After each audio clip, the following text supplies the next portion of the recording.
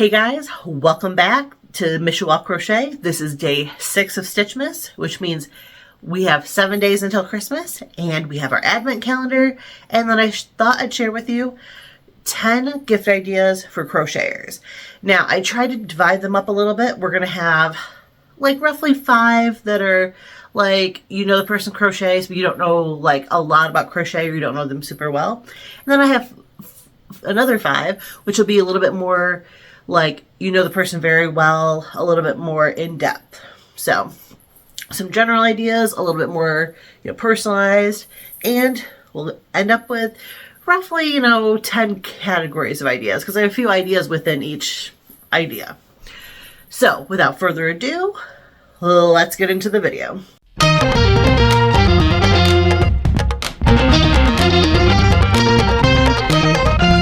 First off, let's start with our advent calendar. So number 7 is today's, and it says Hallmark on the back. Let me just tell you a quick side story. When I was a kid, and if I was giving somebody a card that wasn't Hallmark, I used to draw the little crown and write Hallmark on the back, because for some reason in my head, must have been all those Hallmark commercials, I don't know, but Hallmark was superior.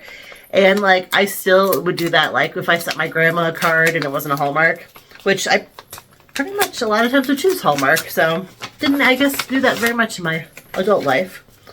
All right. Ooh, does this mean I get a free cocktail while I'm crocheting? Crocheting cocktails? All right, let's see what's inside. Ooh, we have a note. Let me take a second and read this for myself, and then I'll see if it's something I can share with you. All right, I'm going to share this with you. So it says, Miss Bree, so now that we have some new patterns, some new yarn, it's time for some wine and winding. This day of your choice will consist of wine of your choice, a day of charcuteries, and yarn winding. And maybe some pizza. Love, Troy. Ooh, I love that. That's one of my favorite date nights. It might sound like really silly or simple to some people, but I like to just, kick back with a cocktail or, a glass of wine. I'm not like super into wine, but I like, sometimes like a glass of like local wine. And my husband likes to wind yarn, and that just sounds like a good time to me. So date night, charcuteries, wine and winding. I love that. Ooh, I'm definitely going to cash in on that this coming weekend. If you're watching this, Troy, mark your calendar, because this weekend I'm cashing in on that. That's one of my favorite date nights.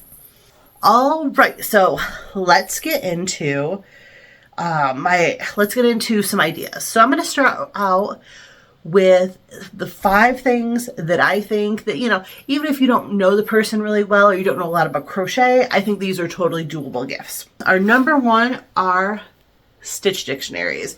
Now, these are a couple of my favorites. This one here, the Big Book of Crochet Stitches, the New Crochet Stitch Dictionary, and Crochet Stitch Dictionary. These you can find at Joann's, Michael's, a lot of places have them. You can find them on Amazon. So those are, I think, a great gift. Another one, it isn't a stitch dictionary, but I'm going to throw it out there because if you've been crocheting for a short period of time or a long period of time, you can always learn more and you can always improve. So this is a book that I've had and I like to reference. Like, I reference this quite frequently. One of the first books that I bought to learning about crochet is this one here. I found it at Joann's. It's the Crocheter's Skill Building Workshop. There are so many things you can learn in here. Now, it does have some stitches in it that it gives you, like diagrams and like some wordy instructions. But it also has, things about like learning about gauge, which like I think most of us dread like how to make a gauge swatch, but this will teach you about gauge swatches, how to measure a gauge swatch. It'll teach you about different kinds of crochet hooks. It's going to tell you like tools that you're going to want. Like, even if you're a seasoned crocheter, I feel like this can be a good one because it teaches you different like techniques and skills. So these are some of my favorite things. That's my number 1. Number 2, project bags. I feel like as a crocheter, you can never have too many project bags, because I have project bags that are great for on the go, ones that sit around my house, ones that, you know, I store a project in. So I'm just going to show you like briefly 4 different project bags that I've got, and I think in the future I need to make maybe a little bit more in depth and explain, you know, more about each of these project bags, maybe give you a tour of my project bags. If you would like to see a video like that, leave me a comment down below and I will make that happen for you. So let's get into the project bags I have. I have 4 examples of project bags that I really like. First one I'm going to show you, one of the first project bags I ever got. Now this is not the original one, but this is identical, other than the first one I had was pink. This is a yarn drum.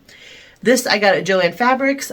This is like what I'm going to call my classic bag, because it's the first bag that I ever bought as a crocheter.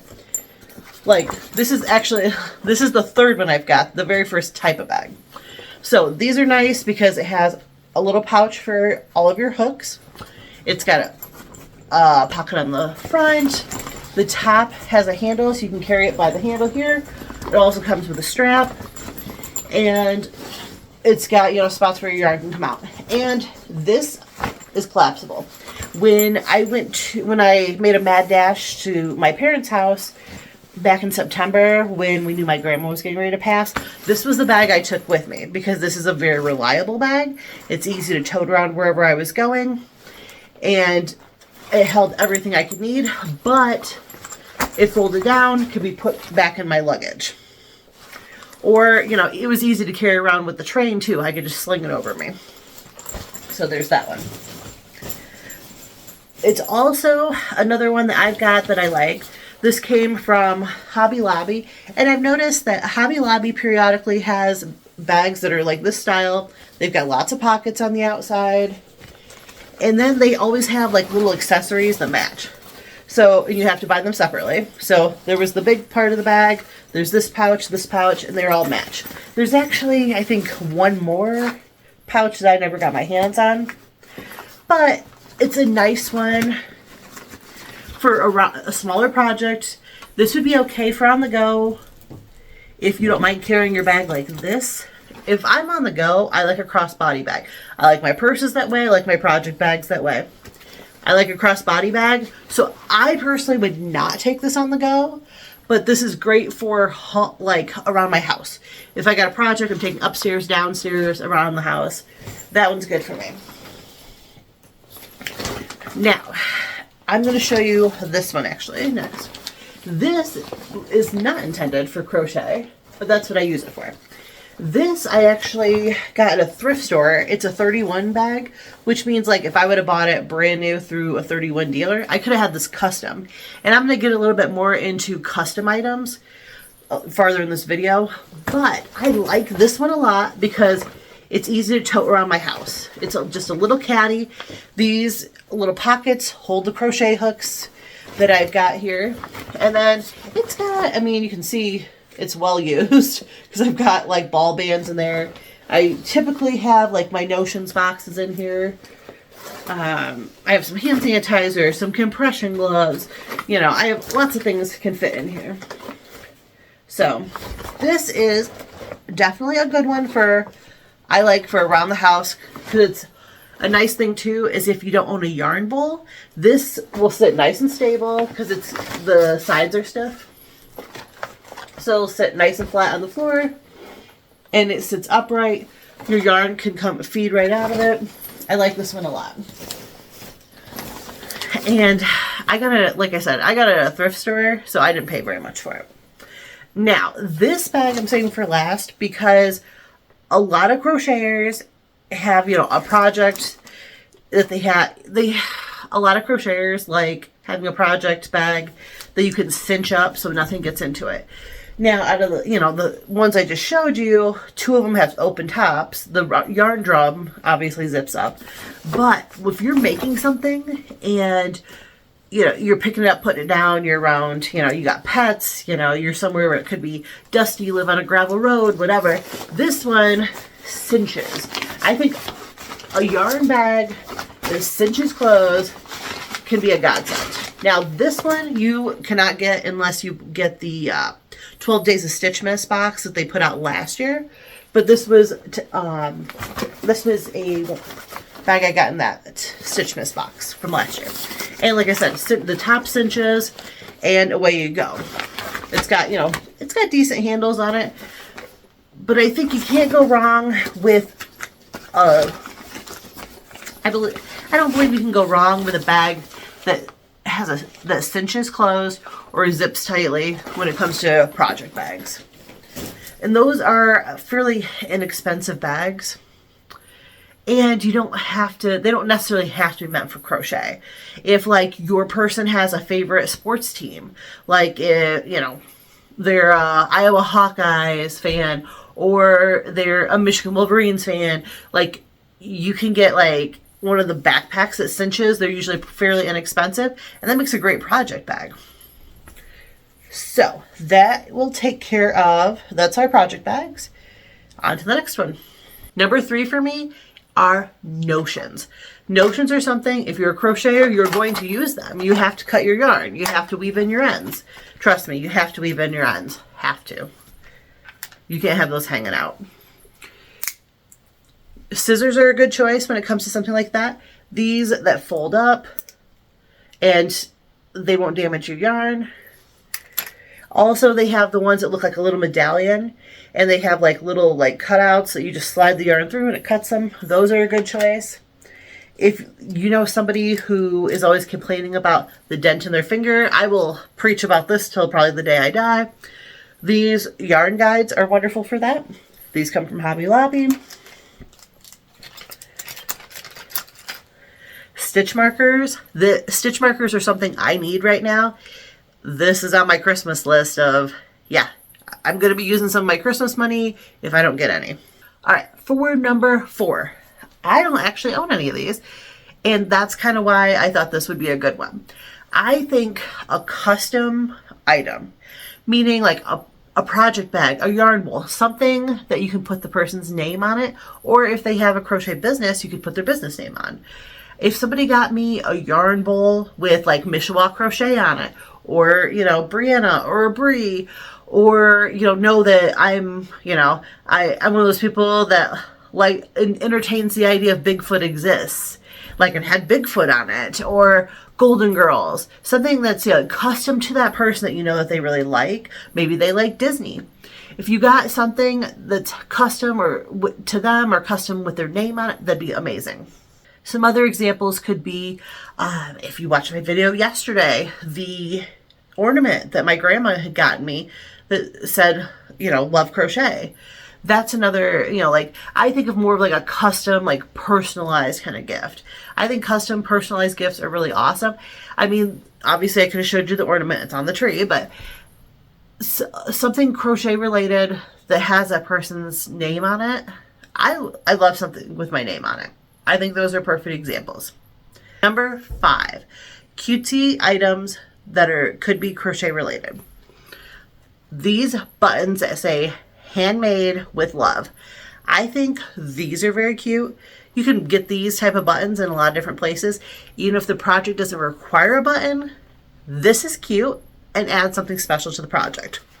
Another example that's similar to that is the leather, like you ever see like people with the hats and it's got like the little leather like tag that kind of hangs off of it, and those a lot of times they'll say something like handmade with love, or you could get those custom with the person's name on it, like handmade by Brie, or handmade by Mishawaka crochet. Those I think are really cute and people like those type of things, and it takes your project to the next level. Here's another example. This is one of my favorite cutesy things. This eye mask, this I got from Hobby Lobby, oh golly, probably 3 years ago. If I need a sleep mask, this is my go-to one. For one, it's not just cutesy because it says, wake me up when yarn goes on sale. That's cute in and of itself. But it's like memory foam. So it's like really, it's really comfy on the eyes. And like if I have a sinus headache, I take like those little fake looking cucumber, like the little gel packs. They fit right in these little domes, and then they hold right to your eyes to, you know, get that, make that sinus pressure, that like migraine pain, helps that go away. I think cutesy things like this that are crochet related are great.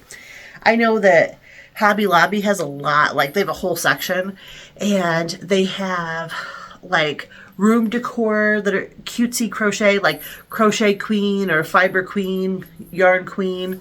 They have like keychains, like anything. Like I wish I could find it. I got a keychain maybe 2 months ago, and it was like a tortoise. I love tortoises. I actually have a huge like tortoise like statue. It's like, you know, like an actual like decent sized tortoise, and that's in my yard, and that's one of my favorite things. I love tortoises. So when I saw this keychain and it was like a tortoise and like his shell was like yarn ball, that was like, oh, very me. Also, this is not like at all like, you're not buying this at Joann's or, you know, Michael's or whatever.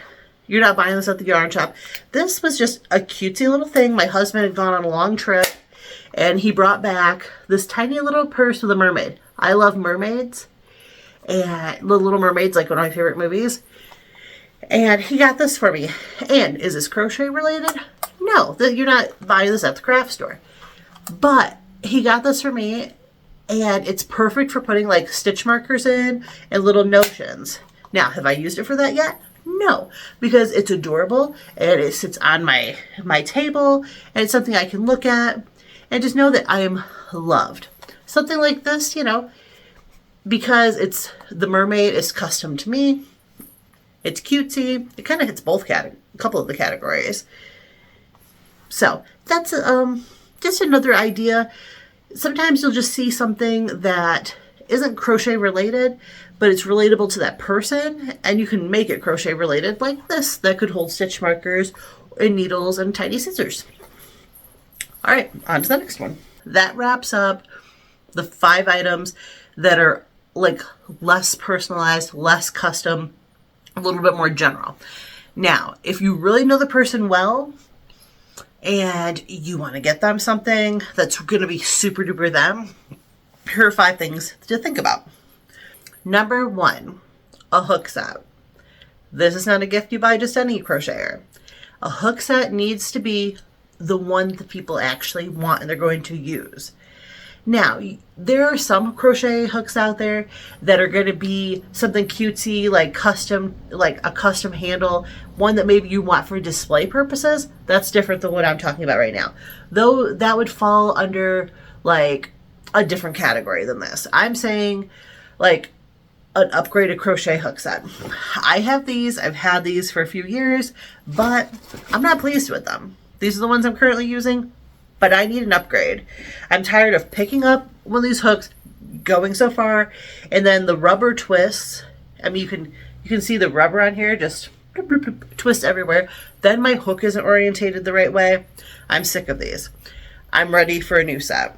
So, number 1, I would say, if you know the person really well, and you've heard them talk about, hey, I want, you know, the Clover Amours, or I want, you know, this custom set on Etsy by this person, or, you know, whatever, yes, go after that. But if you don't know, don't just grab a random hook set at, you know, at your local Walmart or Joann's or whatever.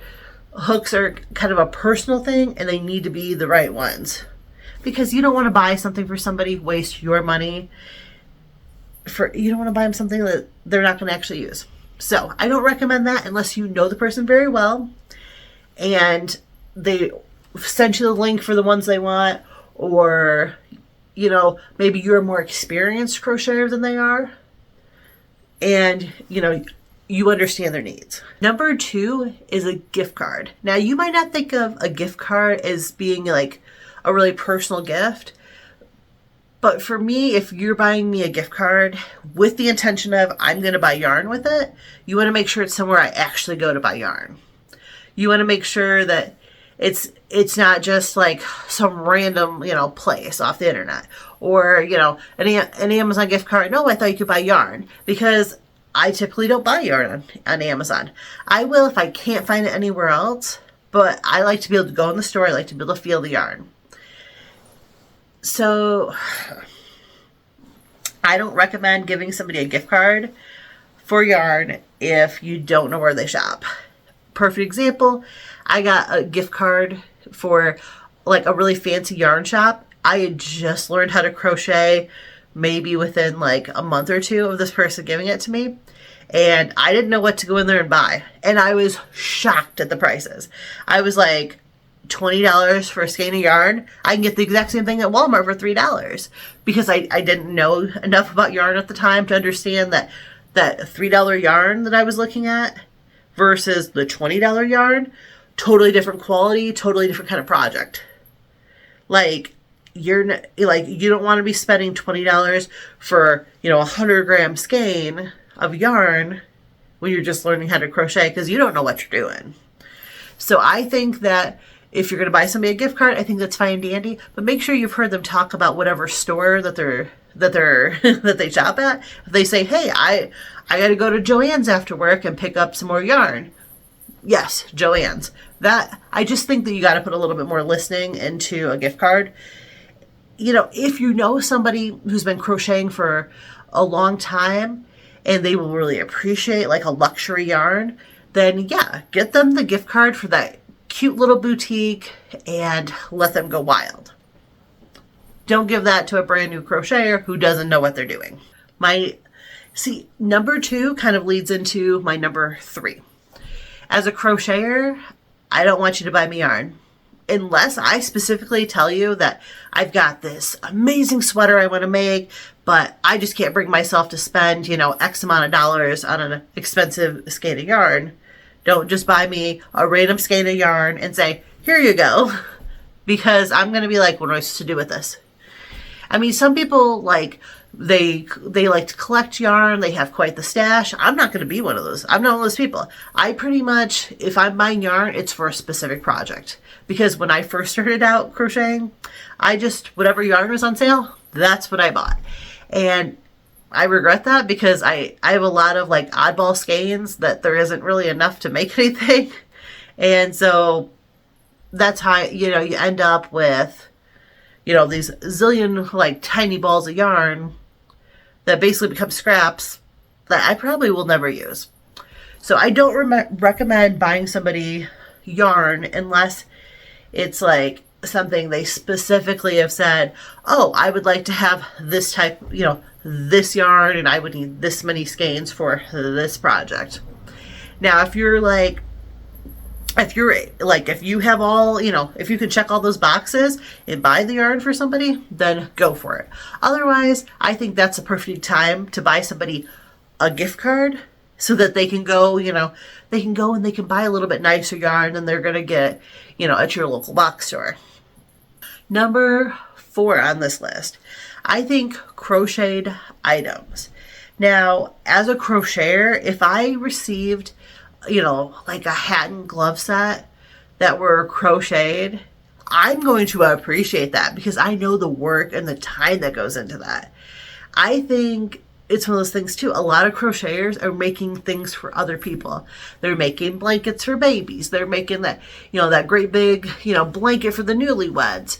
They're making, you know, hats, gloves, scarf set, you know, for that college student that's getting ready to, you know, who maybe has lived in a warm climate their entire lives, and now they're going to be, you know, somewhere, you know, in the cold north during winter.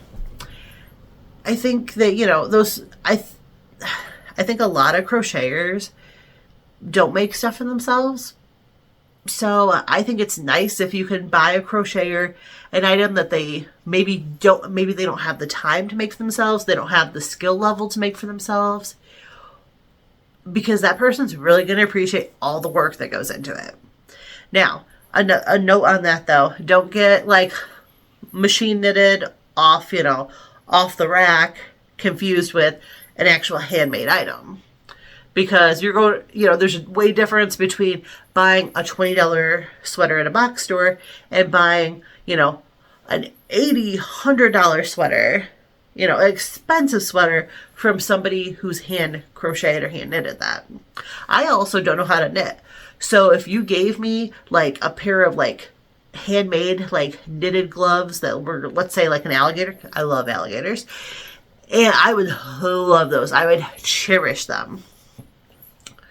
But it's one of those things where you got to know the person, because if you're going to make them something that they could make themselves or they have made themselves, it's not going to have as much meaning as like that beautiful handmade, you know, item that they wouldn't make for themselves. They don't have time to make for themselves. So that's something you got to put a little bit more thought into. The last thing, my number 5, that I feel like you need to know the person a little bit better before you buy, is a yarn winder and a Swift. Now, I think those are a great gift, a beautiful gift. You need to make sure you know your person, though. Just because it's like a common gift that's given doesn't mean it's the best gift. Because like a yarn winder, I have, let's see, 1, 2, 3, I have probably 4 yarn winders, and that's just like within this room that I film and have my office in. I have probably 4 yarn winders, and I probably have a couple more around the house. I don't need another yarn winder. I have the small one I could take on the go, you know, to crank up a small ball of yarn if I was like going on vacation or going to visit my parents.